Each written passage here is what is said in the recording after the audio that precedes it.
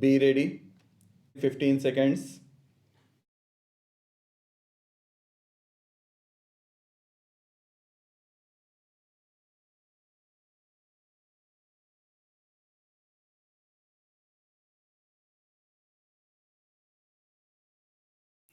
The history of the development of our railways is, in short, the history of our national development. Over the decades, the railways had undergone many changes and had to pass through many vicissitudes before they could attain their present strength and size. Prior to independence, the foreign rulers used the railways primarily as an instrument for colonial expansion. The growth of the railways during that period was unplanned and haphazard and had little relation to the requirements of the country and its people. The policy of the railways then lacked national perspective. It was only after independence that we witnessed a sea change both in the expansion and operation of the Indian railways. They have contributed in a large measure not only to forge links between different regions but to quicken the pace of national development and social cohesion. The railways today have acquired expertise and technological skill in all fields of construction and operation. It is a novel feature that the Indian Railways have a research and design wing which carries in investigations into the various technical aspects of the railway operations. Steam engines, diesel engines, coaches, wagons, signaling, and a host of other accessories and stores are now manufactured in the country. Today, the railways have a unique place in our national life. They are not only carriers of passengers and goods but also promoters of national unity and economic progress. It is heartening to know that the India made railway equipment is in use in the railways in many developing and developed countries. This bears ample testimony to the technical advancement and expertise achieved by the Indian Railways. I am glad that after the new government has come into existence, a new deal for the well being of the workers has been launched for the efficient and successful functioning of any public undertaking. Good and harmonious relationship between the management and the workers is necessary. While we are making rapid strides in scientific knowledge and technical skill, we should not fall behind in the understanding and appreciation of human values and problems. In dealing with human problems, we should have a broad vision and a deep insight into the national interest. We must make the workers realize that they too are contributing to the development of the country by their hard, honest, and efficient work.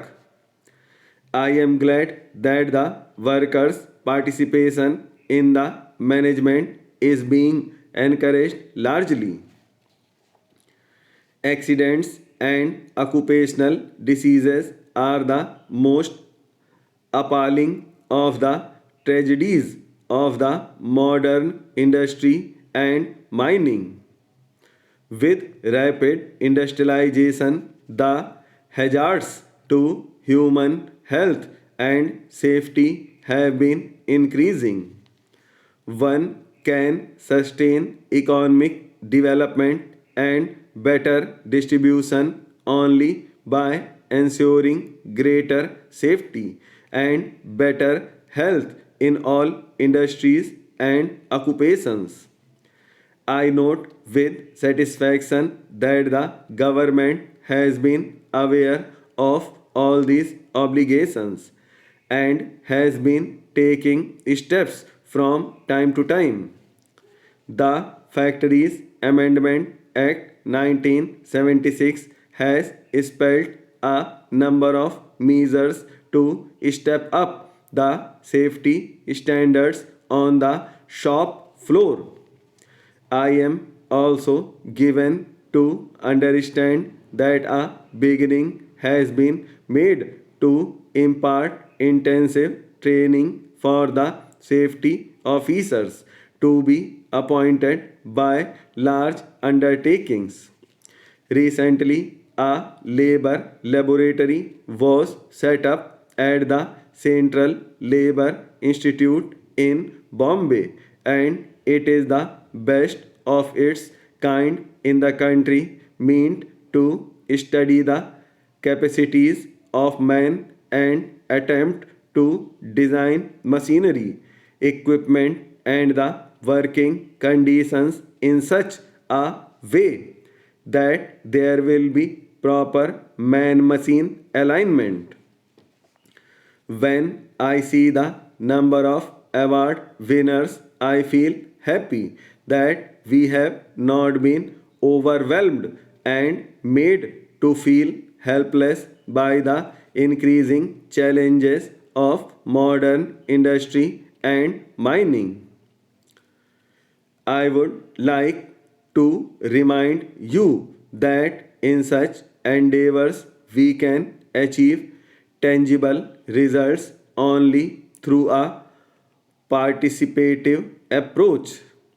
I am glad to note from the number of National Safety and Shramveer National Awards presented today that such a participative and cooperative spirit is already prevailing. May I congratulate the workers who have made useful suggestions, which I am sure will help in boosting safety and productivity in industry. The industrial organizations who have provided a fillip to these employees also deserve our congratulations. I would only appeal that we should increase such cooperative endeavor since we have still a long way to go. Considering the new processes being adopted and the new machinery being handled and the associated hazards, there is necessity for suitable advice and training to be given to the concerned workers. After all, for most of the industrial processes and machinery, there are well defined safeguards and safe procedures.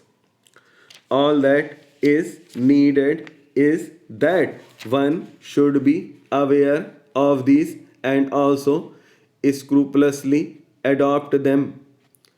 In this context, I would suggest that every effort should be made to educate the workers and get them involved.